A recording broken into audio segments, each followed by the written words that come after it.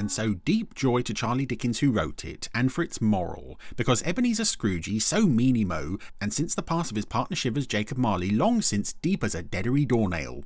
Well, as it begin and near Christmas Eve, Scroogey's clerk Bob Cratchit very much underpay and work harder with one knob of coal in the fireplace and swing his mitten hands to warmer. "Merry Christmas," call it Bob to his master. "Merry Christmas, bar and humbug," shoutin' Scrooge. "All who wish the merry should have it the sprig of holly and stuff it through the heart."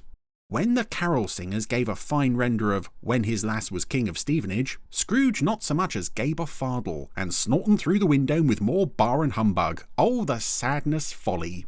Now, when Scroogey arriving homeward and saw in the gloaming, all foggit and misting, the head of Jacob Marley instead of the door knocker, there was a frightfold for his open the door and creak and dangly. Scrooge, too stingy for coal fire and warm his toe neighbours and Trittly How, footsteps up to bed for the warm and sleep it to try and forget the Marley ghosters. No soon the flickery eyelids when clanky clanky, and Marley stompers along the passage and straight through the dorm. "I crumb to warm, not to marm," said it the ghost. "For all your meanery stinge over the year-loads, and a lesson for your changey way, 3 ghosties will visy, and do a deep tuggery on your heartstrings." Then turned and flolloped backwards through the door without so much as unlock it. Well, all trembly fluttering, Scrooge waited. Just as sleepers creepily on, he heard the clock strike 1, and the curtains slowly moving on his 4-poster, and ghostly apparition tug on his nightcap tassel. "Oh, Scroob, for your past sin and look it back shamefold from the morn to evil, for only in this way can you learn to be taught." And way back he was tooken by the spirit to the people of his early misdeeds, dear little Fan his sister, and boys and girls playing in the garbage. Also there was a Mr. Fussywug who gave a fine ball and celebrale for Christmas. Oh, the joy, if he could have it all over again and mend it. Tut tut. But the spirit move and show him more of the early follies reminder until Scrooge can stand it no longer. Then Ghost Everale in a dazzly white than light.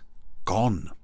Well, still Aspen trembled, Scrooge waiting for the next spiriting, and suddenly found himself, whoosh, in his own room parlour with decorated hollyo, mistletoes and all paper chains dangled down dilly. And there was the ghostly Christmas present. Fine green robbery with trimmy fur. He said, "Mr. Scroogey, look upon, and do you recognise?" "Ah, yes," said it Scrooge, very heartfeel and meeky. For this he knew was to example him and dig deep into his mouldy pockery and make it Christmas bright, and fill it up the floam bowl and horn a plenty for other people's enjoym. Oh, yes.